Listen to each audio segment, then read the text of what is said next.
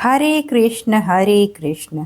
हिंदू धर्म में हर महीने कृष्ण पक्ष और शुक्ल पक्ष में पड़ने वाली एकादशी तिथि भगवान विष्णु की पूजा के लिए अत्यंत शुभ मानी गई है। लेकिन जब यह एकादशी तिथि माघ के कृष्ण पक्ष में पड़ती है और सटतिला एकादशी कहलाती है, तो उसका महत्व बहुत ज्यादा बढ़ जाता है।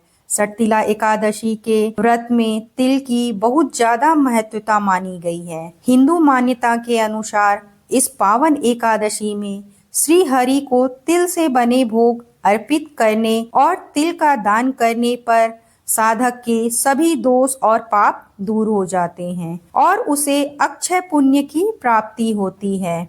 आइए लक्ष्मी संग नारायण की कृपा बरसाने वाले और सुख समृद्धि को बढ़ाने वाले सटतिला एकादशी व्रत की सही तारीख, पूजा एवं पारण का सही समय और धार्मिक महत्व विस्तार से जानते हैं। श्री हरि की कृपा बरसाने वाली सटतिला एकादशी 14 जनवरी 2026 बुधवार को रखा जाएगा।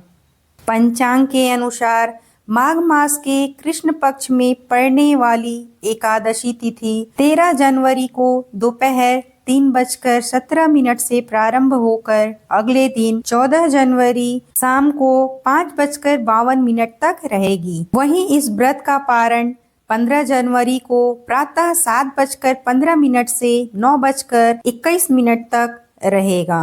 सटतिला एकादशी की व्रत विधि में एकादशी व्रत को करने के लिए साधक को इस दिन सूर्योदय से पहले उठकर यदि संभव हो तो गंगा स्नान करना चाहिए। यदि गंगा तट पर ना जा पाए तो घर में नहाने के लिए पानी में गंगा जल मिलाकर नहाएं।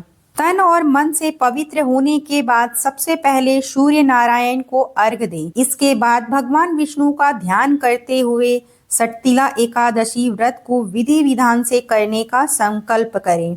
इसके बाद अपने पूजा घर, मंदिर आदि में श्री विष्णु को सबसे पहले गंगा जल अर्पित करें। इसके बाद चंदन, पुष्प, फल, मिष्टान, धूप, दीप आदि अर्पित करें। इसके बाद श्री हरि का गुणगान करने वाले एकादशी व्रत की कथा का पाठ करें और पूजा के अंत में भगवान विष्णु की आरती करें। फिर पंजरी और चरणामृत आदि को भोग लगाने के बाद सभी को प्रसाद बांट दें और स्वयं भी ग्रहण करें। हिंदू मान्यता के अनुसार सटतिला एकादशी व्रत को विधि विधान से करने पर साधक पर श्री हरि की कृपा बरसती है और उनके जीवन से जुड़ा हर दुख, दारिद्र्य और दुर्भाग्य दूर हो जाता है। यह व्रत सभी पापों का नाश करके व्यक्ति को सभी सुख प्रदान करता है।